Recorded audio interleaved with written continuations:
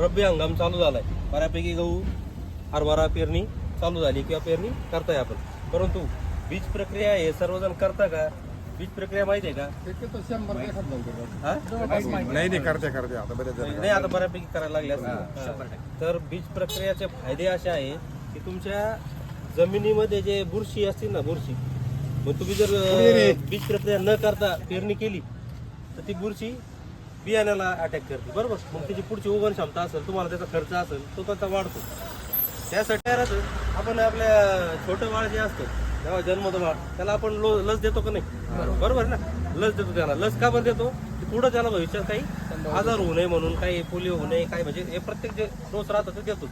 त्याच प्रकारे आपल्या या गहू असेल, हरभरा असेल किंवा तुमचा कांदा असेल, त्यांना हे बीज प्रक्रिया केल्याशिवाय पेरणी करायचीच नाही. म्हणजे ते सशक्त राहतं, तुमचा पुढचा खर्च वाचतो आणि उत्पन्न पण वाढतं. कशी करायची बीज प्रक्रिया? बीज प्रक्रिया करताना तुम्हाला हे बघा, पेरणीच्या अगोदर शक्यतो 1 तास अगोदर तुम्ही आहे ना, तुमच्याकडं गहू जे असेल, गव्हाचं जे असतं ना, त्याच्यामध्ये तुम्हाला बीज प्रक्रियासाठी ते गहू फोडल्या मग ते तुमच्या गहू बियाणं आतरून त्याला पूर्ण ते चोळून घ्यायचे. याला हलक्या हाताने चोळायचंय, बरोबर. याच्या हातात तुम्ही हातात ग्लव्स घातले पाहिजे त्यासाठी.